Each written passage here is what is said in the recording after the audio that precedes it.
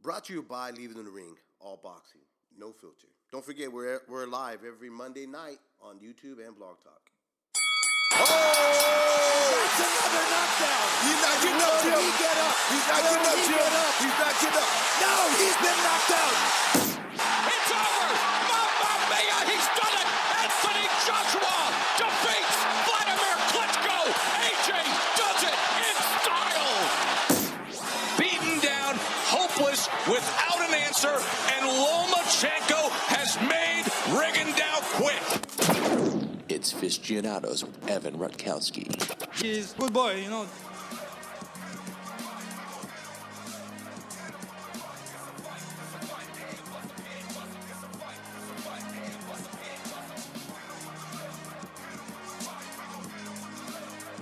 Hello, fight fans. It is Wednesday, June 17th, and this is the Fistianados podcast on the Leave It in the Ring radio network. I'm your host, Evan Rutkowski, former HBO Sports marketing executive, giving you my take on what's happening in the sport of boxing, on your screen and behind the scenes. Email me at fistianados@yahoo.com. Follow me on Twitter at fistianadospod. We are brought to you by Ring Magazine and ringtv.com. Okay, before we get started, deep dive this week is sort of part two of this larger question of what are some of the issues boxing faces as it comes back. I will focus more on the sport at large here. Next episode, I will do a Q&A. As I haven't done one of those in a while, I'm sure there are a lot of good questions. I've actually gotten a lot of great questions from people either via email or via Twitter. Send them in because some of them are a couple weeks old, whatever. Send them in. That's what I'm doing next episode. But let's get into the first review section we've had in a long time. Let's start with Tuesday, June 9th. On ESPN, we have Shakur Stevenson beating Felix Caraballo at junior lightweight. I think it was KO5. The show averages 397,000 viewers, peaking at 609K. It was the 33rd ranked cable show of the day. It was the top-rated show on ESPN, and the only other show that even sniffed the top 50 was SportsCenter that directly followed it, which I will get to. I'm going to just list all the ratings for these shows and then kind of get into a larger sense of, I think, what they mean, at least for right now.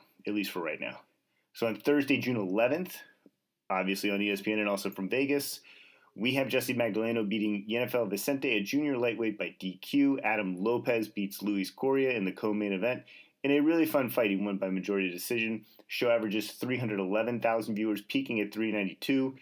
It was the 80th ranked cable TV show of the day. On Tuesday, June 16th, we have Mike Plania pulling the upset over Josh Greer by majority decision.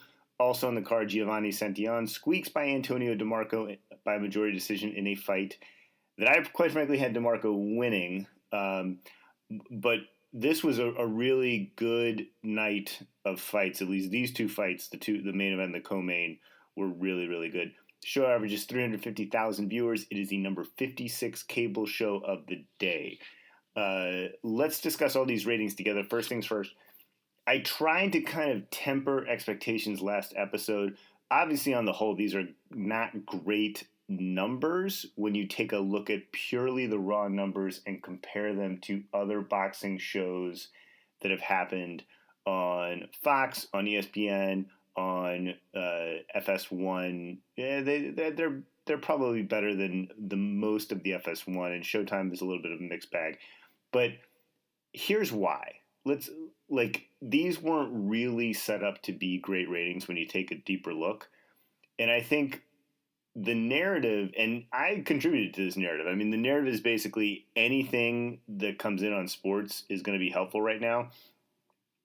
And it's going to do, maybe not the bonkers ratings that the golf did with Peyton Manning and or Eli Manning. I don't even know which Manning. I didn't really watch it. But sort of a couple of weeks ago, any sports, especially if it involved a star, was doing better than it previously was. Now, we're starting to see some stuff. And initially, there were good ratings from NASCAR early on.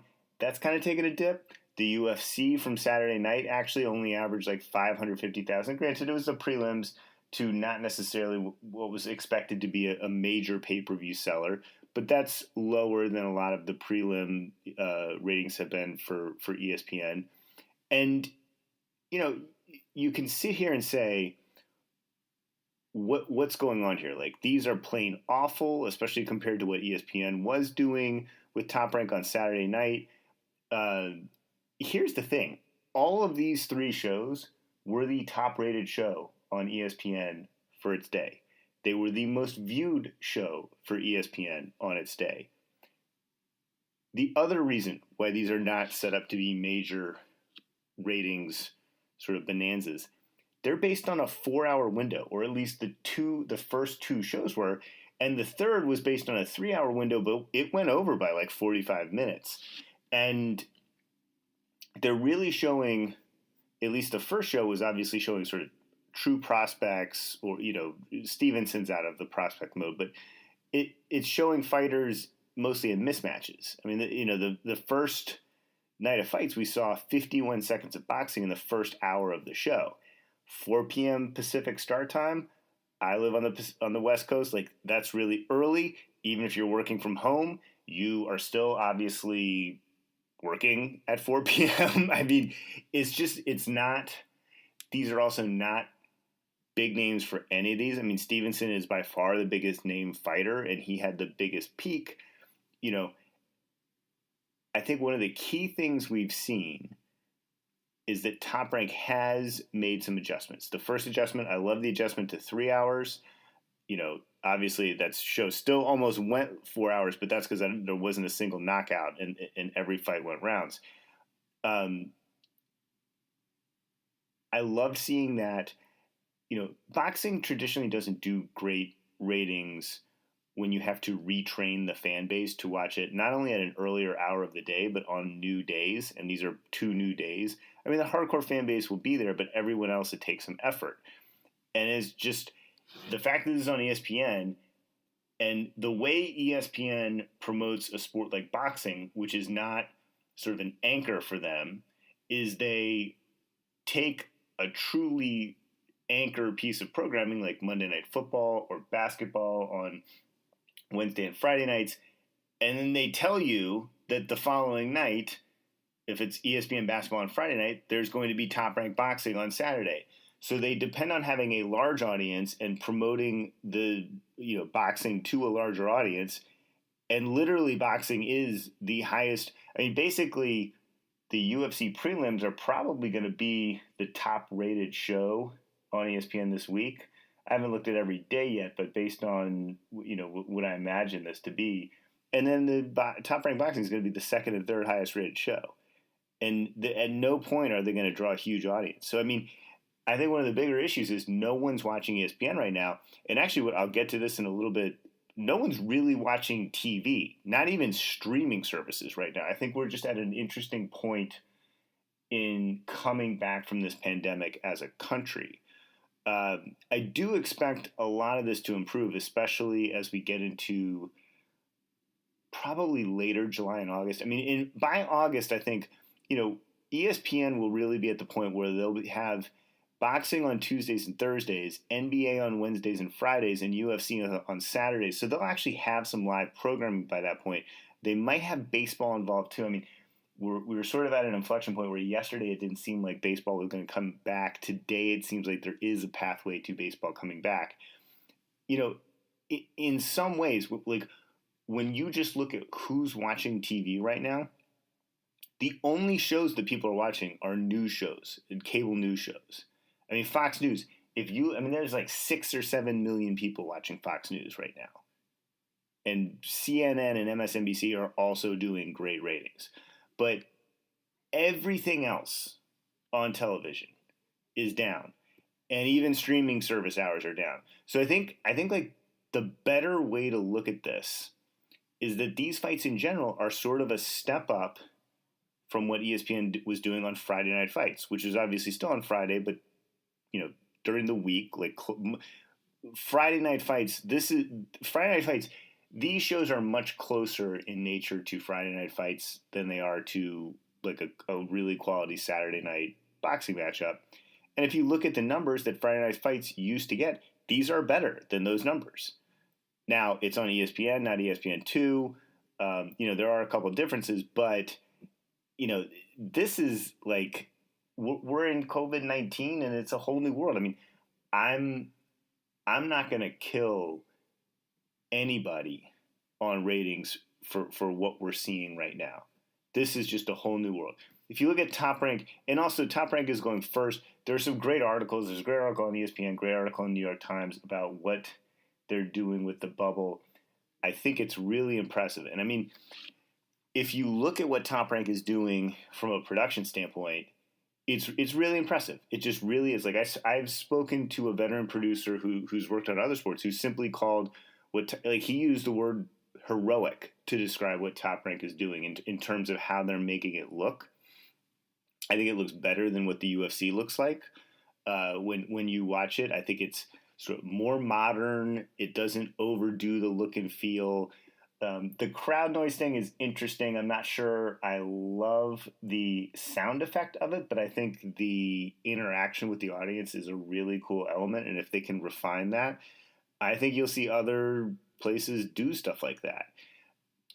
Basically, in terms of overall presentation, this is every single sport is going to have to deal with, like, sort of have a reckoning with this, basically, except golf, which I think there was the one hole-in-one shot that happened without any crowd noise. But besides that, golf kind of looks really similar to what it used to look like, minus the crowds, which aren't really a big part of it, and minus the crowd noise, which are in golf. They are a big part of it. But everything else, like the actual look of what you're doing, is going to be really different. The first show, obviously, it comes down to there are some quick KOs, and then they had to vamp a lot. They got that smoothed out by the third show. I think the timing of that improved. I think you'll still see it improve, and I think by the time we get to some of the better matchups in July, we'll all be pretty happy that this Top Rank went through this period, and I think there will be still a learning curve for PBC doing it on Showtime and Fox, and Matchroom and Golden Boy doing it on DAZN when they come back. I don't think there'll be as much of a learning curve because Top Rank has really sort of bear the brunt on that. But I think it's a responsible comeback. I actually wish it would have started a little bit sooner than June 9th, but I think it's very responsible, and we're still seeing, we got to wait until we see that first really good matchup, and until we get out of some of these larger overall TV trends that we're seeing with COVID-19's impact on this before we can get a lot of data. But you just can't compare what was happening pre-COVID to what's happening now. I mean, obviously, doing less than 500,000 viewers isn't good, but I think they will build up towards that. And as some other stuff starts to come on ESPN, I think they'll do better than that. But at least during the week, I think when we get back to Saturday nights, we'll start to see some of the stuff that we saw pre-COVID, especially as other sports return. But for further evidences, I mean, a ton of people were watching the Jordan doc. Hardly anybody on ESPN was watching the Lance doc and the baseball doc. Like, they just didn't do well at all. So from that vantage point, we're not doing. I'd say slightly disappointing, but I wasn't expecting a ratings bonanza. So I haven't touched on the quality of matchups yet. I mean, they're obviously not good, and I've said this before. I think you sort of get a pass for the first month, and I think when PBC and Golden Boy and Matchroom come back, they get a pass too. I don't know if they get a pass for the first month because they'll have waited for a lot of their fighters to have full training camps, which we obviously haven't seen that yet for these Top Rank shows. But everyone gets a pass on the first couple shows. Like this is really, really hard stuff to come back from. So, look, I wish more people were watching. It's clearly just the core boxing fans that are tuning in, and some of them aren't even tuning in because, these aren't the highest quality matchups yet. I do expect it all to rebound. And again, no one is watching ESPN right now. You have to take the fact that all these three shows are so high on it. Like, you can just watch the commercials. Basically, ESPN is giving all its major brands commercial time on this because these are some of the highest rated shows on it. So that is one of the weird things about watching this. You're watching this, you'd be like, wow, like these are, more impressive brands advertising on this than we're you seeing. That's because this is the best ESPN has right now. That's what this is. So that's why you're seeing some of that stuff. Okay. Deep dive. For the deep dive this week, consider this part 2 of that larger discussion that I mentioned from the top. What is and let's sort of, this week is going to be capital B boxing coming out of the pandemic. Like, this is going to be a little theoretical of where the sport can go, what the pathway is to get there.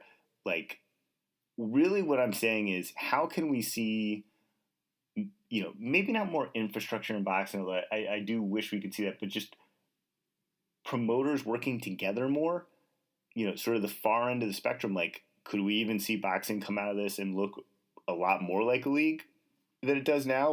Like, what are some of the conditions here? And I mean, last episode I laid out some of these sort of like existential risks that basically every sport faces right now, probably except the NFL, that COVID has brought. And some of these are like systemic things. Now,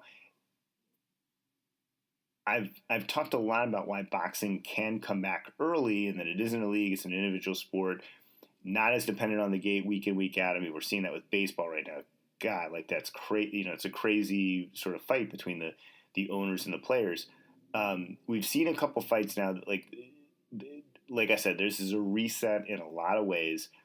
And, last episode, like I kind of got a little dark, to be honest. Like, first of all, to update things from then, the ad market does seem to be recovering. There still isn't a ton of data yet, but there does seem to be, brands do seem to be getting in line and buying at least NFL ads as for right now. What we're also seeing, which I touched on above, all TV watching is down, whether it's traditional TV or streaming services. And Bloomberg actually put out a great article on this summarizing the whole thing. But you don't even need to see the Bloomberg article. If you just look at the TV ratings for every day, other than news shows, every single other program is down. Like, I've never seen this many news shows in the top 25 programs when you look down the list. Like, when we, basically in the past, there would have to be like, I've been doing this show for a little over 2 years at this point, probably 2.5 years. It would be like there's a hurricane coming in when you see this many news shows, or there's a major political event or something like that happening.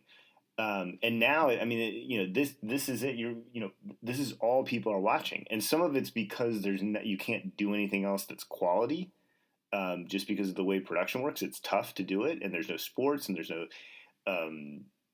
we're probably seeing the last batch of sort of produced television that is out right now. That's part of it, but it's also part of it is like people have been cooped up in their houses forever. They want to get out and do stuff, and it's not just because the weather's better, but it's because quarantining sucks. Like, if you're like me and you're doing it with small children and no childcare, you want to get outside and you don't care about watching TV, and the news has really only been, at the very least, nerve-wracking over the past couple of weeks. It's a really tough situation for a lot of people. Especially if you don't live in a hotspot, like, it's totally understandable why you'd want to get outside. Like, you might just want to get outside and like go buy stuff or do something that seemed normal, pre-COVID. Like that, I mean, it's just stuff like that can explain this. And I mean, this dovetails into those top rank ratings. Like, they seem low to the boxing fan, and the crazy thing is they're some of ESPN's top rated shows for the week. Like, that's just, like, that's what we're dealing with right now. if you look at other sports, they all saw initial surges of viewership that was like, wow, NASCAR is coming back and these ratings are great and all.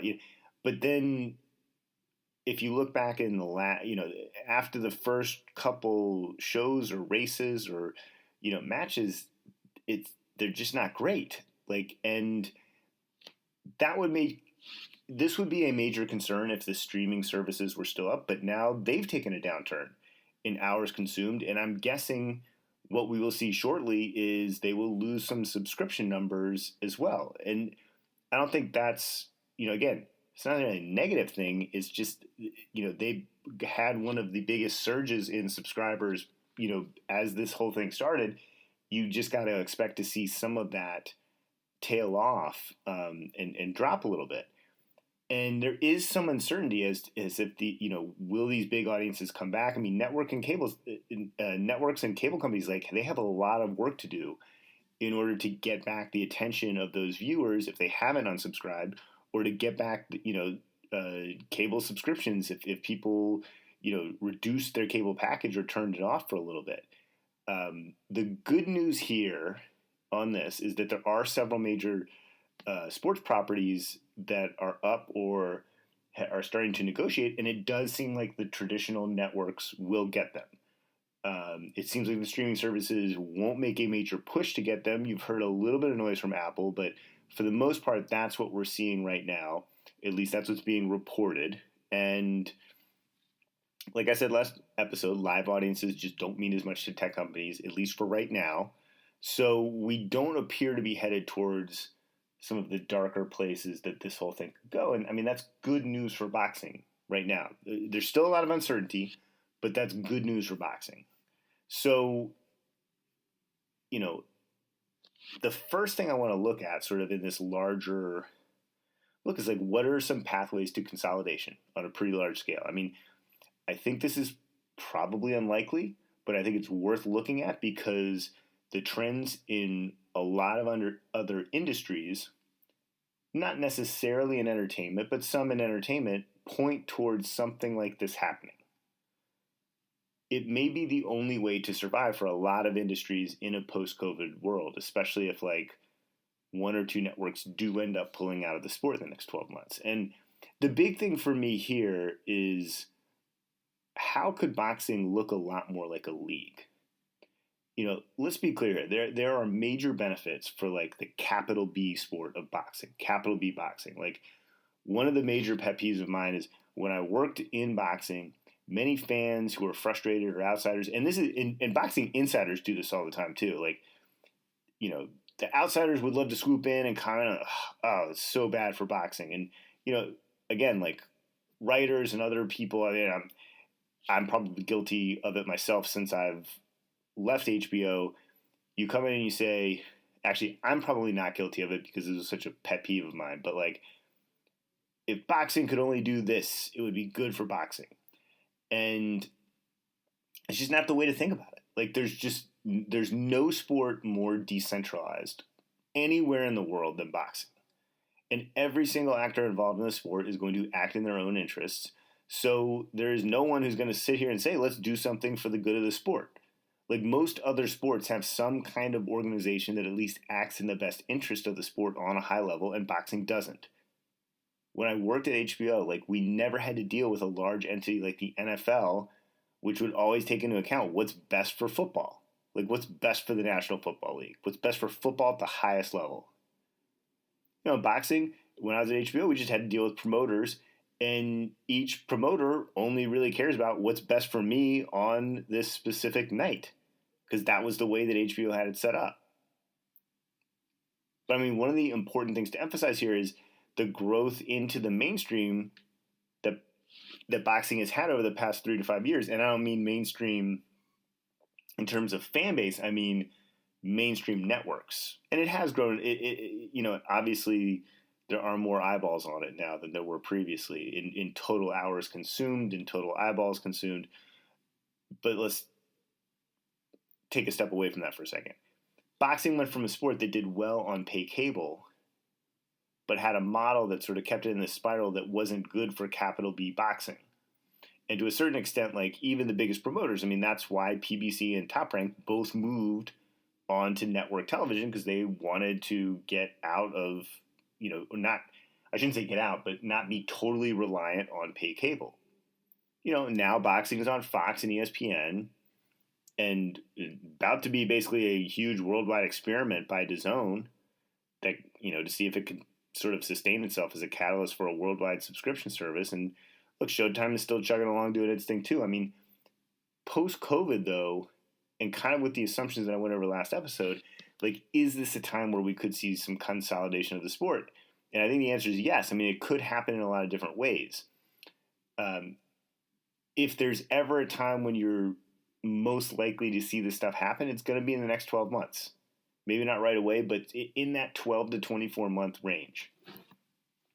For a lot of people who love boxing, if this was done the right way, I mean, the sport could start to behave like a league, like the NFL or the NBA or NHL or Major League Baseball.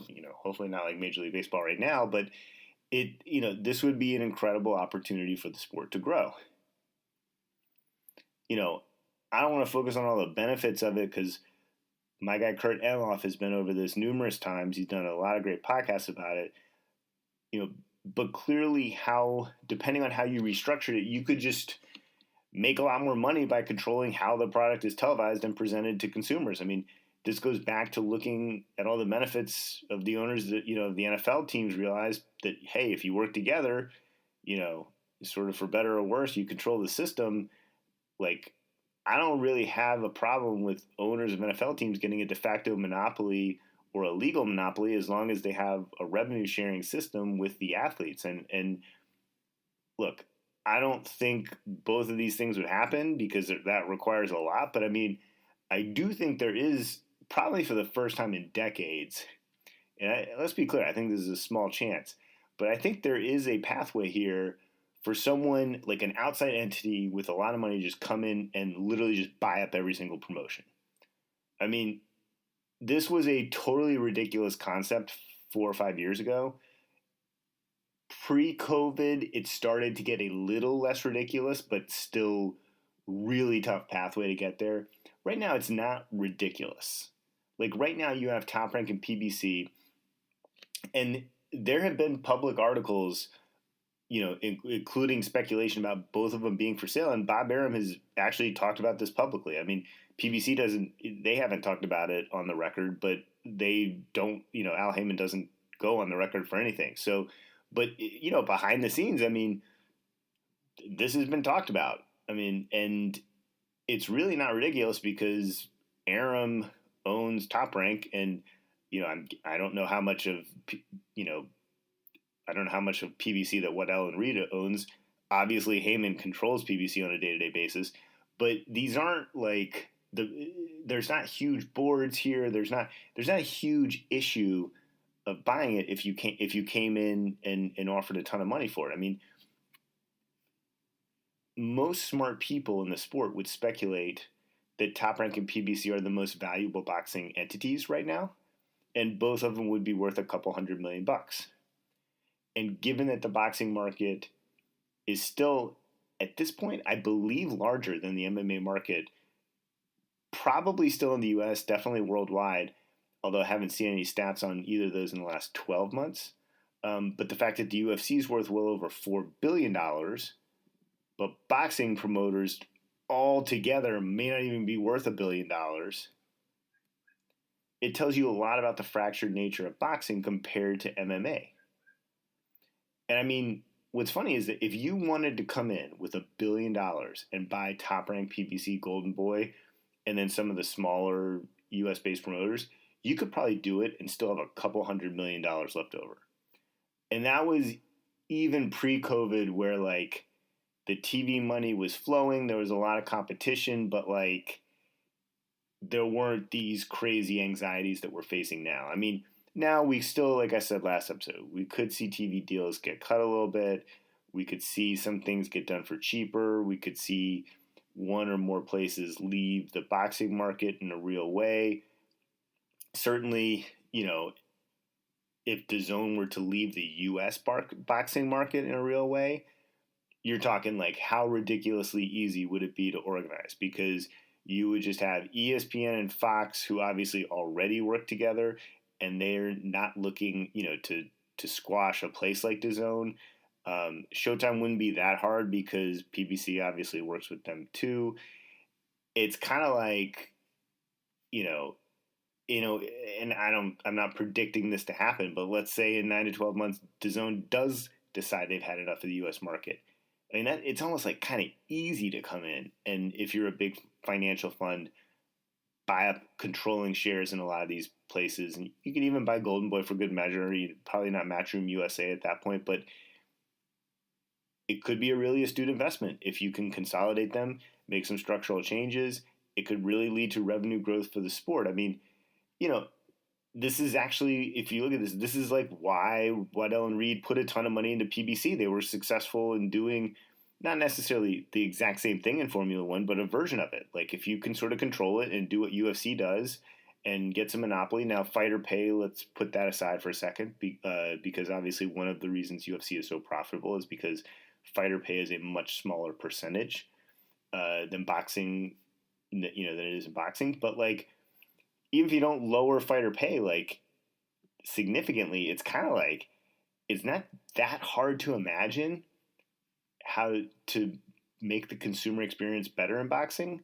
Like you basically just combine the deals you have at Fox, Showtime, ESPN, and ESPN Plus, and it becomes easier to make good fights because you control all the fighters, or at least the ones that are signed with U.S. promoters. And like I said, like you don't even have to try to depress fighter pay. You can just sort of keep paying the fighters decent money, like maybe not totally pre-COVID market, but you can still pay them good money, like where it was headed, I would say pre-COVID, which is down a little bit, but still good.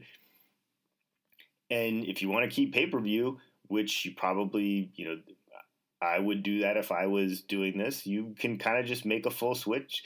That'd be relatively complicated because each network is going to want to do a certain pay-per-view, but you can make rotations, and you might be able to do it a lot better because you can just make all the fights everybody wants to make and not have too many pay-per-views, just sort of control the market. Like it's not overly complicated stuff.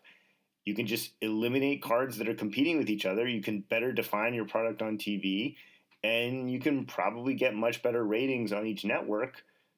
I've talked about how sponsors is a great opportunity for sponsors. Well, if you control it all, you can get more sponsorship money and better relationships with sponsors.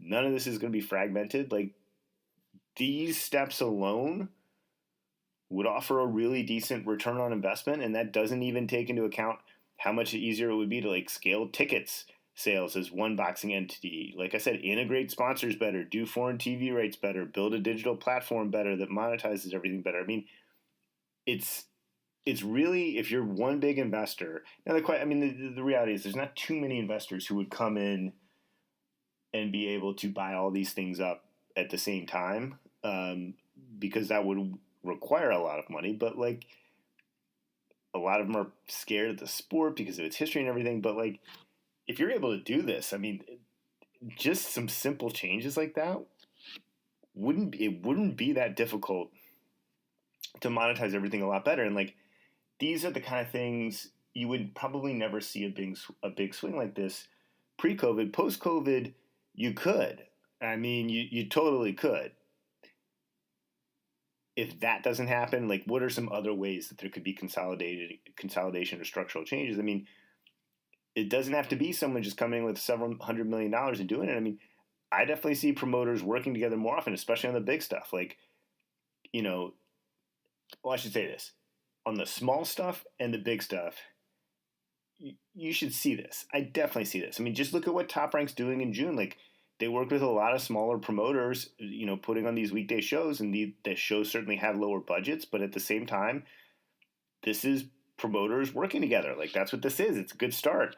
Like, on the really, really big ones, the Wilder Fury 2s and 3s and stuff like that, like, I definitely think that stuff's going to happen. Would we see this on DAZN? I think Matchroom and Golden Boy certainly should be working together a lot more on DAZN. I mean, going back to the bigger stuff, for a second here, fighter pay for normal shows is going down. And I've talked about this a lot, or at least last episode. I haven't really truly gone into it too deep, but I've talked about it a lot recently. Like, it probably got too high in an extremely competitive market for champs or truly top-level fighters, but like now promoters have learned when is the right time and the right fight to pay a fighter. Guarantees for bigger fights, maybe not overall pay, but guarantees will likely come down. This stuff was already starting to happen pre-COVID. It's definitely happening post-COVID.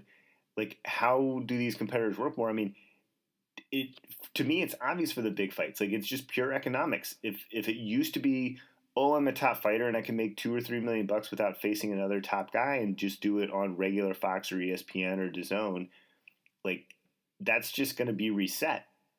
Like, maybe you might have another guaranteed fight on your contract or something like that, but once that's up, like, you're up. Like, you're not going to get that anymore. That'll be much lower. And once it all trickles down, like, the incentives to the fighters financially are going to be to make the big fights. And it won't just be from a fighter's perspective because of the pay adjustments. Like, this will be for networks too. Like, we're talking about having a crazy schedule over probably the next 2 years or even more, where for networks, especially Fox and ESPN, like, the traditional dates where they've had big events are just going to change. And it's going to be a constant changing, adjusting thing. And there's going to have to be financial adjustments for all sports when it comes to gate sponsors, everything. I mean, we're talking about major adjustments to the NBA and NFL salary caps if they don't smooth things over. And this is like, the fact that this even includes the NFL, the NFL, like, some of these places are talking like, you might have 40% cuts if they don't smooth things out in salary caps. And so this is something every single entity is going to face. And when it comes to, let's just say, ESPN and Fox working together, like, I don't think they'll be able to devote as many resources to promoting a big boxing fight. I don't think we'll see anything like Wilder Fury 2 again. I think we will see some resources devoted to the bigger fights. But the big issue here is I think there'll just be less posturing and more doing, because this is what everyone's going to face. I mean, we can include Showtime in this too if they're doing pay-per-view. Like, if they do a joint pay-per-view with ESPN, if there's a question of should you do it or not, and you start to look at the alternatives, I think the answer is you just do it. The real question is going to be what happens for the fights that are on DAZN where it's not pay-per-view. I mean, obviously, we're going to see this with Fury and AJ if everybody wins their fights. I think you'll still see it with Canelo, with whoever, his opponents are going to be, especially if they're not in-house at Matchroom or Golden Boy, because eventually DAZN's going to face this question, like, what's the best for their worldwide sub growth once kind of we get into, whoever Canelo's first opponent is, and assuming he fights Triple G next, like, if this whole thing is successful, we're going to see this here too. If Charlo's the next best fight for Canelo, like, you'll see people figure it out. I mean, you can't take chances. You can't depend on the same things that you used to. And people will realize this. It may take a few months, but when you start to see what the other reality is, you'll quickly move on. If you can make a big fight, you'll do it. I think that's real. I think that's very real. I mean, I think the depressing part of this conversation is what happens after the top level. And I mean, I'm not sure I see many of the top promoters who have the exclusive deals working together on the week in, week out boxing. Like I mentioned before, there's the lower level stuff, you're going to see it. But I just don't think, I think the days of seeing like the Ramirez Hooker fights where ESPN Top Rank sends a fighter over to DAZN, but it's not a mega fight. That stuff I don't think we're going to see anymore. And that's disappointing, but we're not going to see it on ESPN. We're not going to see it on Fox. We're not going to see it on Showtime. We're not going to see it on DAZN. I think when it comes to the subscription drivers for DAZN, when it comes to the pay-per-view sellers, or maybe one show a year. You might see it with one show a year on ESPN or Fox where they do want to make a big push. you might see it. Everything else is just going to be in-house stuff. And that's disappointing, but I understand why. It could end up meaning a lot of different things. I mean, but it will likely manifest itself in, look, this may not be very consumer friendly for free TV in 2020. I mean, pre-COVID 2020, I thought we were going to see a run of fights that was going to be very good, if not great, on regular TV, not unlike 2019. And yeah, I mean, like 2019, I was assuming there would be a lot of junk fights too, but I think there was just going to be enough competition between promoters, not only for attention within their own networks, but also because many were operating under the assumption that one network was going to potentially drop out. And so if you have an exclusive deal as a promoter, you didn't want to leave anything on the table, because you didn't want it to be you that lost your network. Because if it was someone else, not only would you be in a good position to grab better ratings for your shows simply because there's less boxing on, but you can grab up their talent at a pretty low price too. So how do I see this going? I mean, look, I think there's going to be some good boxing on in July and August and maybe September. Maybe a little bit longer, especially if things get delayed or if this MLB disaster keeps looming. Like, who knows? But then after that, I don't know. Like, no one can predict it. I think it'll be a lot of retreating or testing the water, seeing what's going to happen. I think there will be really good fights on, but they're just going to be on pay-per-view. And that's, I just think that's going to be where the big fights are economically. It just makes sense. And it might put a strain on the system, but that's, for right now, that's what if you look at the risk reward, that's why it's there. There's no risk reward in going on to Big Fox. I think you're going to see a lot more Caleb Plants versus Stugan Feigen Boots or whatever his name was. Or when ESPN does their version of that, it's blue corner, red corner with, we know who's going to win. But that's one of the realities. There still is going to be this competition, but it's different now. The networks expect different things from boxing. And the promoters face different realities. Every single sport does. In terms of the bigger consolidation option that I talked about, look, I think it's unlikely. I want to be clear on that. It's still really low percentage, but it's never been more likely, ever. Or at least in the last few decades. Like, I think it's probably been decades since there was ever even a chance for this to happen. And it took a global pandemic, basically, for it to even be a conversation. I don't think it'll happen, but it's fun to talk about. All right, let's go to the preview section.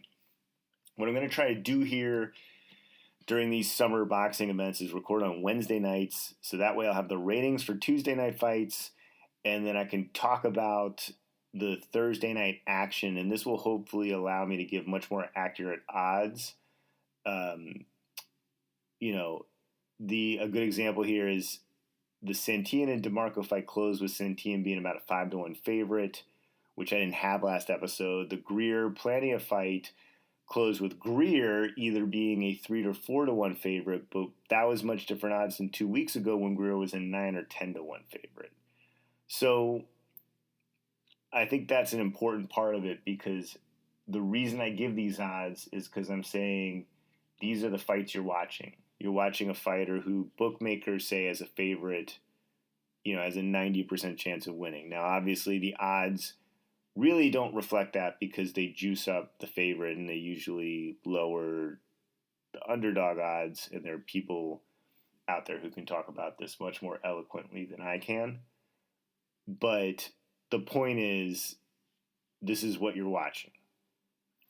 Okay, so let's start with Thursday, June 18th, where we have Jose Pedraza fighting Mikel Espierre at junior welterweight, and then Gabe Flores Jr. fighting Josec Ruiz at lightweight. Also on the card, I find the David Kaminsky-Clay Collard fight very interesting at super middleweight. Pedraza is still like a 9 or 10 to 1 favorite. Flores Jr. is like 30 or 40 to 1 in places. I didn't see odds. I saw one person mention that the Kaminsky-Collard fight was under 2 to 1. I think that's a great one as far as prospects go. Collard obviously is a prospect killer at this point. He's a really good fighter. This should be a really fun one. Okay. Saturday, June 20th, on ESPN Plus from Mexico City, Emmanuel Navarrete is fighting Uriel Lopez at junior featherweight. I do not have a ton to say about this. It's a complete mismatch. The odds reflect it. Navarrete is anywhere from 67 to 1 to 250 to 1 as a favorite. Moving on Tuesday, June 23rd, on ESPN back in Vegas, Andrew Maloney fighting Josh Franco at super flyweight. Christopher Diaz fighting Jason Sanchez at featherweight. Maloney's like a 14 to 1 favorite right now.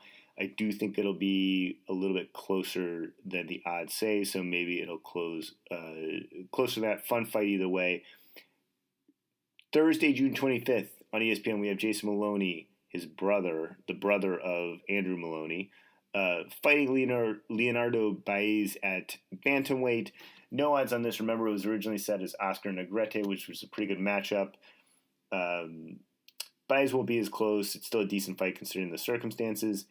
It does appear that Miguel Berchelt is fighting on Saturday, January 27th. Unclear against whom, but that is one of those Zanfer fights on ESPN Plus. I expect that to be in the range of that Navarrete fight, where it's just a complete and utter mismatch. Let's end on Tuesday, June 30th, where we have Alex Saucedo fighting Sonny Fredrickson at junior welterweight. Saucedo is about a 9 or 10 to 1 favorite. This is a really good TV fight, in my opinion. It is well matched. It is sort of the perfect midweek fight to watch, and it should be fun. These fights are sort of, let's just say that this is a symbolic end to phase 1 of boxing's comeback, where everyone is probably more focused on logistically how this is going to happen. We're going to start to get title fights after this in July. There's some great matchups I'm excited about, like in, Baranchik, Cepeda, and Alvarez, Joe Smith Jr. Like, these are great, exciting fights, pre-COVID, post-COVID, whatever. Next episode is that Q&A. Also, I want to say one other thing, and I think I mentioned this, maybe I just mentioned this on Twitter. I don't know. This is what happens when you have no childcare and two young kids. The Michaela Meyer thing, I think, was a really tough situation. She handled it with complete class. She failed a COVID test, went home, quarantined, came back, or is now able to fight because she passed another test. I guess she did have COVID at one point. She did not expose anyone to it. So when stuff like this happens, and this is, I mentioned this about the UFC thing, when Jacare Souza tested positive. This is, if we want sports to work, this is how you deal with a positive test. This is how it's going to have to work. It's going to have to work where you trace, you isolate, and you figure out a way to ideally retest. I think that's what the NBA is planning on doing, retesting immediately. But those are good headlines. I mean, it's obviously not good that she tested positive, but that means that the system is working.